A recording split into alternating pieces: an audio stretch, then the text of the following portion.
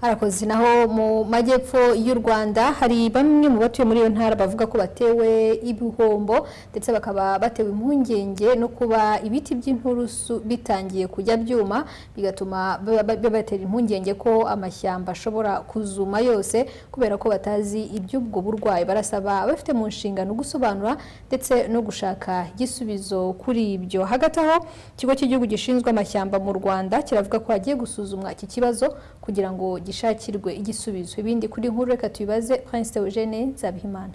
Ikibazo cy'ibiti by'inturusu abaturage babona byuma ntibamenye impamvu ibitera kigaragazwa na bamwe mu baturage bo mu turere dutandukanye two mu ntara y'Amajyepfo nk'uko abo mu turere twa Gisagara, Nyanza na Ruhango babivuga. Iyo ndwara nyine iyo igiye ku giti cy'inturusu nk'iki gihita cyuma ukagira ngo wenda cyariyumishije kandi ari uburwayi bwajemo. Wajya kubona ukabona none hejuru cyarumye naho intusi igahita yumutyo.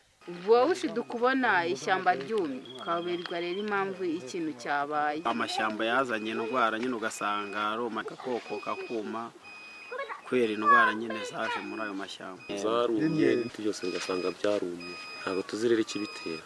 Icyumya niyo isigaye iryumisha ishyamba. Iyo ndwara ishyamba ryago cyakora ibiti birumba bikuma bikarangira. Kuma kw'ibi biti bituma ba nyirayo mashyamba bahura n'ibihombo, ibyo baheraho basaba ko hashakishwa igituma ibi biti byuma ndetse nuko byakwirindwa.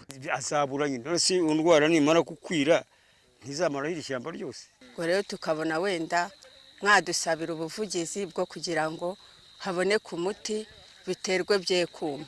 Umuyobozi w'ikigo cy'igihugu gishinzwe amashyamba mu Rwanda, Dr Concorde Sengumuremyi, avuga ko iki kibazo giterwa n'ubwoko bw'ibiti bitihanganira izuba, gusa ngo hagiye gusuzumwa niba hari ikindi kibazo gishakirwa igisubizo. Byumye mu gihe cy'izuba aho ibyo biri kugaragara ko biri kuma nuko n'ubundi byari byageze kuri level bidashobora kwihanganira kugira ngo byongere bigarura ubuzima imvura iguye. Ubu hari ubushakashatsi turimo dukora ariko muri report twagiye tubona habe pariti y'ubutaka nta bisimba cyangwa ibyonnyi twagiye dusangamo, habe no kuri pariti yenda y'amabuye ugasanga mu by'ukuri nta ntozo.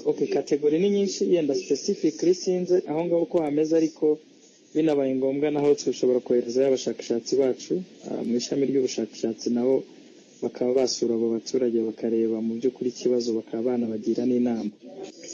Ariko nanone niba ari n'inturusu nazo ziratandukanye, hari izihanganira hari n'izitihanganira. Izo nturusu zagize ikibazo nyinshi cyane ni mu bwoko bwa kiringiti cyangwa se Eucalyptus macrocaris. Ntekereza ko arizo zagize ikibazo kubera yuko yenda zitabashe kwihanganira ibyo bihe bitambutse. Batugane aho bafite ibibazo bashobora kutwandikira, bashobora kudutelefona, natwe noneho tukabasura, noneho tukareba ubwo butaka tukabanabagira n'ubundi bwoko bw'ibiti bushobora guterwa aho hantu ku buryo bushobora kurezista cyane, ariko tunabakangurira gutera ibiti bya gakondo. Uyu muyobozi kandi asaba abahinzi b'amashyamba ko mu gihe bahuye n'ikibazo bagomba kubimenyesha abashinzwe amashyamba kugira ngo bikurikiranwe hakiri kare. Mu ntara y'Amajyepfo iki kibazo kiganje cyane cyane mu turere twa Gisagara, Nyanza, Ruhango, Muhanga na Kamonyi. Abafite amashyamba bavuga ko bajya bakabona bimwe mu biti by'inturusu bigenda byuma. Prince Eugene Nzabihimana, Radio TV 10, mu ntara y'Amajyepfo.